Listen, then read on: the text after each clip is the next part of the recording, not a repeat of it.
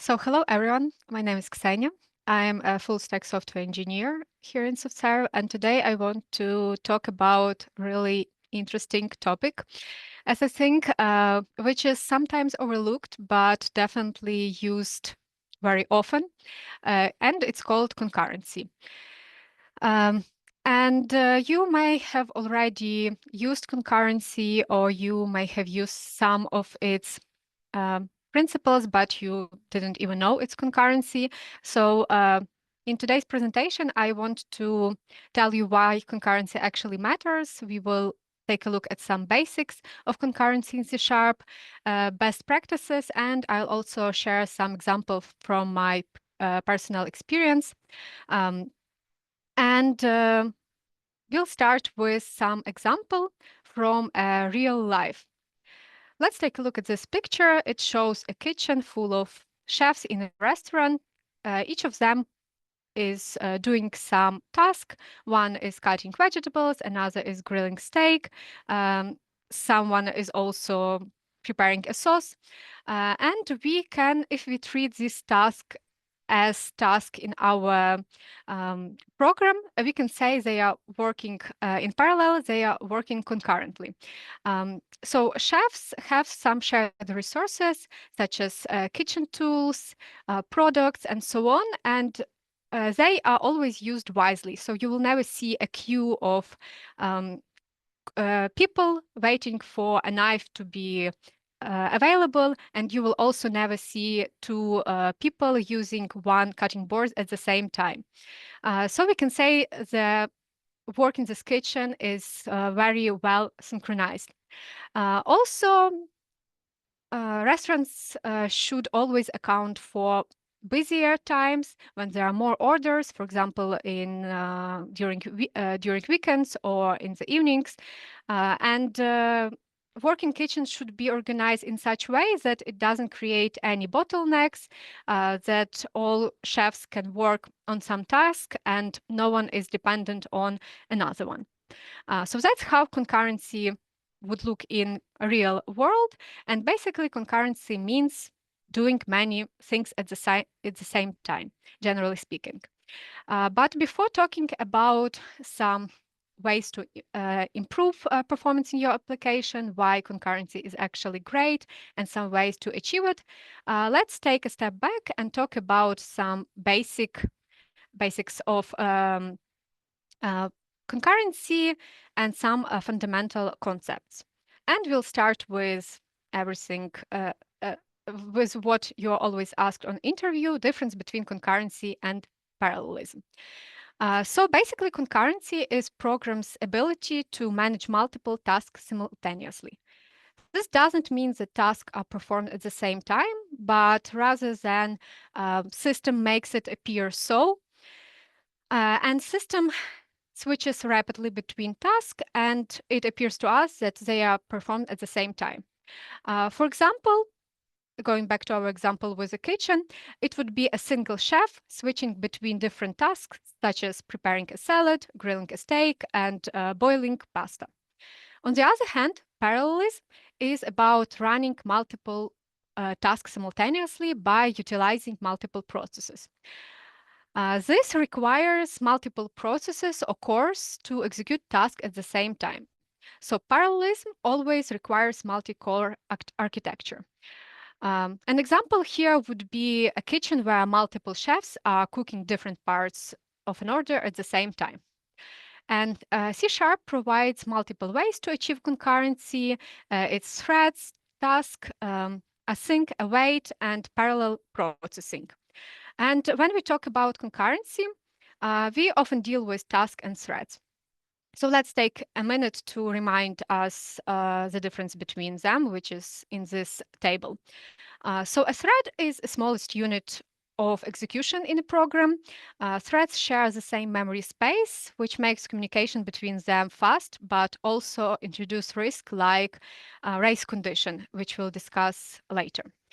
A task, on the other hand, is a small unit of work that can be scheduled and executed. Tasks are built on top of threads, but they are managed by thread pool.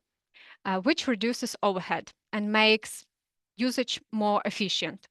And tasks provide better control over execution because you can cancel and continue them. And tasks are used primarily for asynchronous programming.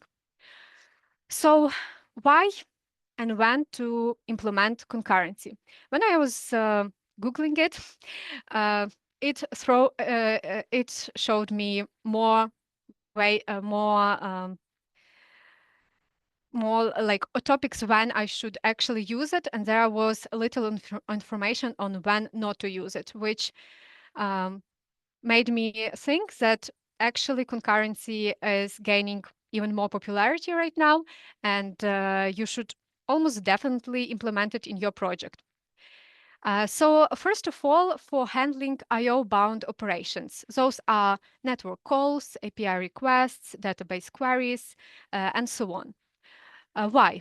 Because instead of blocking a main thread, as we do with synchronous operations, concurrency allows tasks to execute, improving responsiveness. Also, it improves scalability, which is always a good thing for the future of your project. It enhances responsiveness, as I've just said, um, and we can process multiple independent tasks simultaneously, especially if they contain these IO-bound operations, and handle background tasks. And I will actually provide some example of how I've used this for handling background tasks in my experience later. Now, let's take a look at some best practices, some techniques to use in concurrency. And I would like to start with this quote by William Gibson that says that when you want to know how things really work, study them when they are coming apart. And I think it's very relevant to any part of software engineering. We usually learn new things when a new bug is entered in our system, especially if it's some critical one.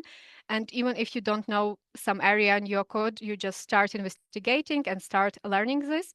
And that's exactly what happened to me a little bit more than a year ago when there were some performance issues on my project. And when I started investigating them, it turned out that a lot of them are actually related to concurrency. And that's how I learned more about that. So let's start with async await.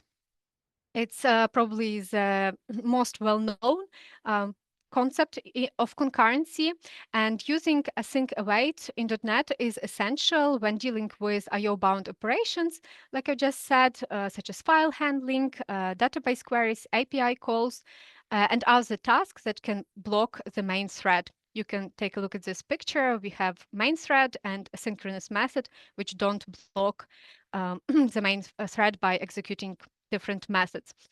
This improves application responsibles and scalability by allowing other operations to continue while waiting for the result. One interesting thing that I've noticed is we all use external libraries in our projects via NuGet packages, for example, for .NET. And a lot of libraries already provide a synchronous mechanism in parallel with synchronous. It means that you can have some method available in both synchronous or asynchronous concepts. Um, and if so, if there is an option to choose between synchronous and asynchronous, I would say choose asynchronous. And let's look at this simple example. So here we have a method, read file sync. It just takes a list of file paths, iterates. So, sorry, Ksenia, do you sharing your demo? Yeah. We can't see it. I can see it. No, we can You see can? it. Yeah. I Oh, can see it Can you too. see oh, it now? now it. Okay. Great. Thank you. Yeah, so we have a list of file paths. We iterate over them, and what we do, we just read all text from this file. For example, if reading one file takes a second and we have 200 files, it means that this function will be executed more than 3 minutes, which is fine. But if there are ways to improve it, why not? And the good thing is that there is also the same asynchronous method called read all text async, which allows you to add asynchronous context to your program. So currently what we do is we create a collection of tasks and we wait for all of them to execute. This speeds up our program. This makes it more efficient in most cases, but it also can introduce some challenges which we'll discuss later. Now let's go back to the presentation. And as I've just said, we can also introduce some challenges with concurrency because if we allow more than one process to access our resources at the same time, it means that what we have in memory of our program or some physical data like files or database data, it's all can be accessed by multiple resources at the same time. And it means that we need to make sure it's safe. Um, so for that reason, we need to learn how to manage these shared resources. And that's done by using different locking mechanism, such as lock, mutex, semaphore, and so on. Let's take a look at another example. Let's say we have this class counter, uh, which is pretty simple. It just has one property and a method to increment its value by one. Then we have a method that has a loop for 1000 times. We create a task that will increment our counter, and we wait for all of them to proceed, and then we output the final value. It looks kind of simple, and mm, I, I think we all assume that the final number would be 1000 because it basically just increments the count 1000 times. But actually, if I run this program, I will see, and I ran it 10 times just to show you that sometimes it outputs what we expected and sometimes not. And you can see that we only got the expected count 4 times out of 10. And which means that we have some problem with shared resources. And we need to add some kind of guard to make sure that our customers get the correct result. So what we do is we add a structure called lock, and we basically guard the part of code that is more sensitive. And we here I'm talking about incrementing of count. And run with lock method stays the same. We'll also um, create a loop for 1000 times. So now let's go ahead and run this program. And even though I run it 10 times, I will always get the expected result because now my resources are protected. And it's a really simple example, but in our actual programs where we have complex data and we need to make sure we don't have any data corruption, it's really important to learn these basics. And lock is the most basic thing to add to your program for shared resources, but there are other ones such as monitor. It provides a little bit more control because you can wait for an available thread. There's also mutex, and unlike lock and monitor, it can work on multiple processes, so it can synchronize access across multiple processes. And there is also reader writer lock slim and semaphore slim, which is a bit more interesting because semaphores allow you to specify the number of threads that will have access to your shared resources. So let's look at another example. And let's say in our program we have some settings, and it's a costly operation. So in this get settings method, as we decided, we will cache the settings after getting it. So before actually getting the settings, we check if cache exists. If so, we return its value. Then we perform the call to database itself, cache it, and return the setting. Again, as we've just learned, there are some operations that, as it's costly, we don't want to have these too many of these calls. So we need to create some locking mechanisms that will allow only one thread or multiple threads to execute it at the same time. So what we do is we introduce semaphore slim. And as I've said here, you can see in the constructor, you can specify the initial count of requests and max count of requests that can access this code at the same time. And the updated method will look like this. We again check for cache. Then we use our semaphore. And what we do is we wait for an available thread. After we acquire this process, we then check for cache again, because during waiting time, someone else could already cache the new value. Then we get the settings, cache value, and return our settings. And the most important part is that we should always release the lock to make sure we don't create any problems in our application, such as deadlocks and so on. So I've had this um, problem in my experience where we actually needed to limit the number of calls to some resource, and it only allowed 15 calls, I guess, to be run at the same time. And if there are more, it would just throw some error, and our clients would see it on UI, which is not good. And we used Semaphore Slim to specify the number of processes that can be run at the same time. And it's good because if there is no if a semaphore cannot be acquired, you just wait and continue performing your actions.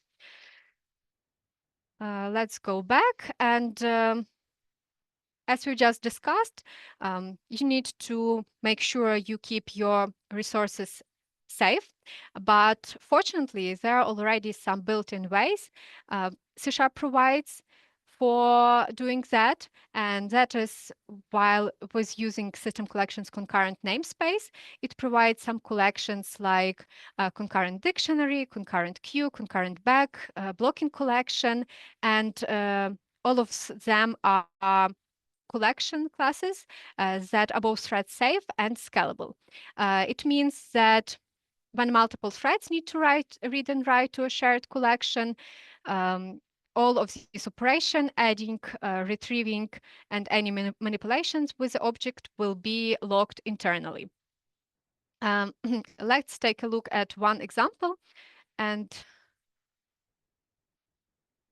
that's actually what I wanted to talk about at the beginning of this presentation regarding the background jobs processing.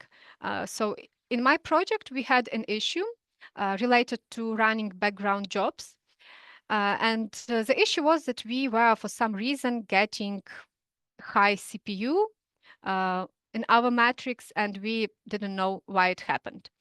And turned out it's actually related to some improper use of concurrency techniques. But let's first take a look of the usage of concurrent queue. So here is a simplified version of what we had in our code. It's just a while loop that checks the count of current number of elements in this queue. If it equals to 0, then we consume new job and queue it, do some other actions, and at the end we dequeue this job. And if I actually want to take a look what is happening inside of this count, you can see that this namespace actually has uh, a lot of code, and moreover, it's locked internally. So what we've just discussed is already implemented in here, and it ensures that if there are multiple processes inserting or retrieving elements from this queue, all of these operations will be safe. Um, so even though it brings some improvements to our program because we don't need to add any manual locking, it can also bring some problems. And let's start this program. It will not output anything, but we'll keep it running.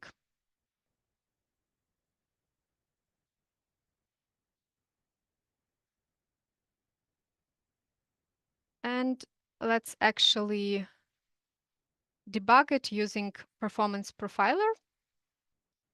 I've chose some tools, and let's start it. And let's start recording the performance of our application. So again, it's just enqueuing, dequeuing, and checking the count of our collection. Let's let it run for some time, and we'll stop it. Now it's gathering some analytics and will show us the results. And of course, in real applications, there are many other processes running at the same time, so the results will be different. But what I want to show you is that look at how high the CPU usage is, and it even shows us what makes it so high. Uh, and it's actually a really useful tool for debugging such issues, especially during development when you are doing some tests, because it points out exactly what is wrong in your application.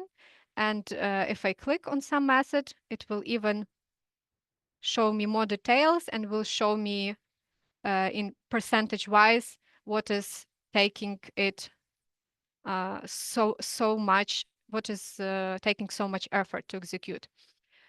So it's a really nice tool to use for concurrency debugging, and it makes us understand that concurrency is not always good, and you need to account for such cases when you are adding too much concurrency to your code. Let's go back. And last but not least, let's talk about canceling async operations. In multi-threading and asynchronous applications, stopping tasks is just as important as scheduling them. And in C# we use cancellation token for that. And why do we actually need to care about cancellation? Because if you are running some really costly task, and for example, it's tied to UI, user is just wants to perform some action, you start a task, then user changes his mind or starts another task, and you just forget about that action. It's not good for your system because calculations continue happening, but they are redundant and can be avoided. So always cancel task you don't need anymore. And it's actually what I've also uh, worked with. We had some tasks taking really long time to execute. They were related to some database queries with indexes and everything like that. And we were just trying to optimize those queries. But the thing is that we were optimizing them, but we were not keeping track of when those tasks are not needed anymore. And we decided to add to support cancellation in our system. Let's take a look at another example. I will close everything.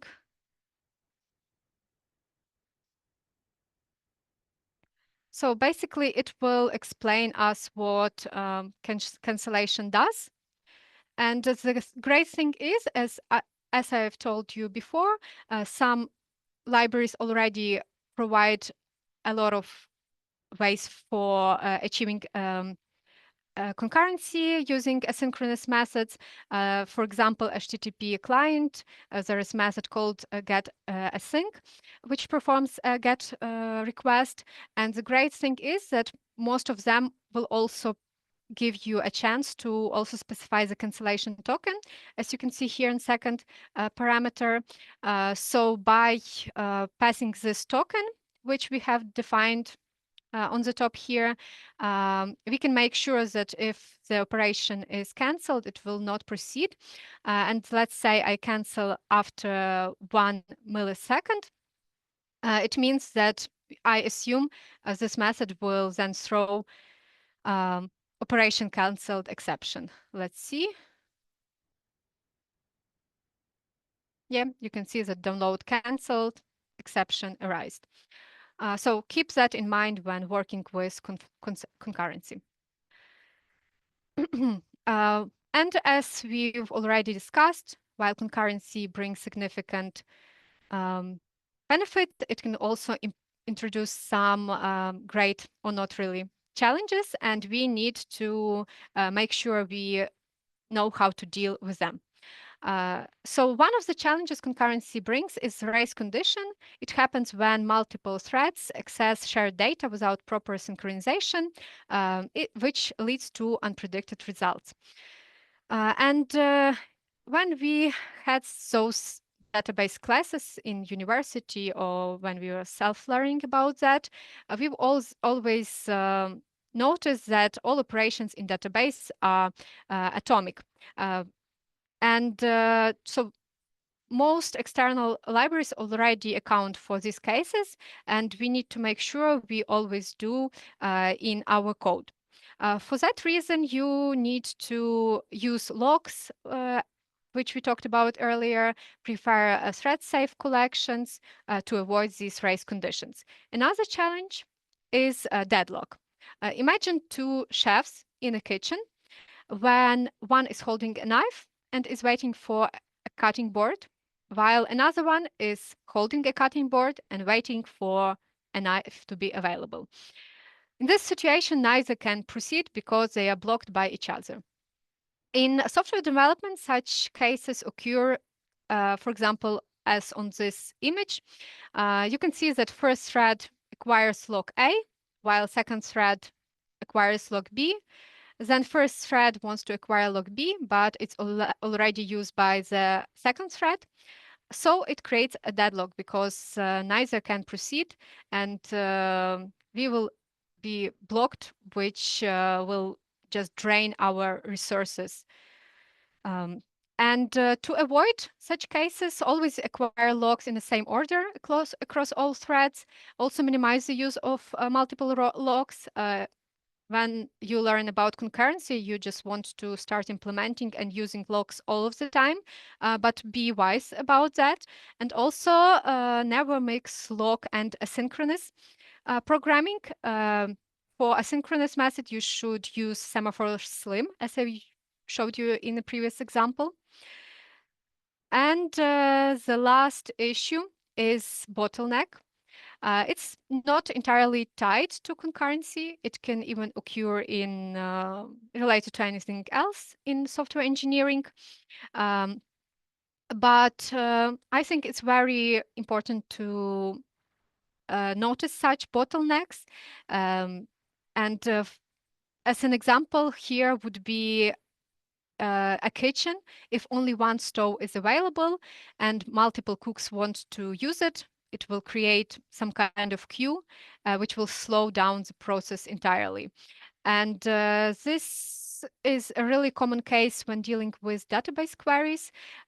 If you log some execution of the program related to querying database and a lot of processes run at the same time, they will just all wait, and it will not, concurrency in this case will bring more bad things than benefits to your program. And the last challenge is the reason I'm presenting right now, and it's how difficult it is sometimes to test and debug programs that use concurrency. And that is because when concurrency is involved, it's not easy to reproduce such issues in regular environment. They just happen in prod, and then we developers need to investigate it. And debugging race conditions, deadlocks, performance bottlenecks requires specialized tools such as profiling, which I just showed, thread dumps, adding different kind of loggings to know what's going on in your program. And also bugs depend on timing and order of execution, which is not always trivial to reproduce in our environments. So to avoid that, always remember to test your concurrent code, write specific system tests, load test your program to avoid as many of such cases as possible. And that's it. For the additional resources, I've listed a couple of items here. The first link is to Medium post related to concurrency design patterns. It's a more advanced topic. If you are interested, take a look at that.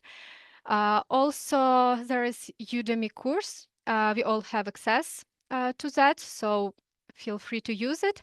And the last one is a book by Stephen Cleary.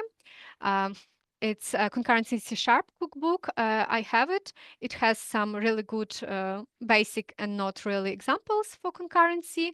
And actually, this quote is from the book. As soon as you type new thread, it's over. Your project already contains legacy. Interesting one. If you want to know why authors think so, go ahead and take a look at that book. And that's all. Thank you for your attention. And maybe you have any questions. Thank you, Ksenia. Guys, yeah, if you have some questions, please unmute and ask or raise your hand or chat.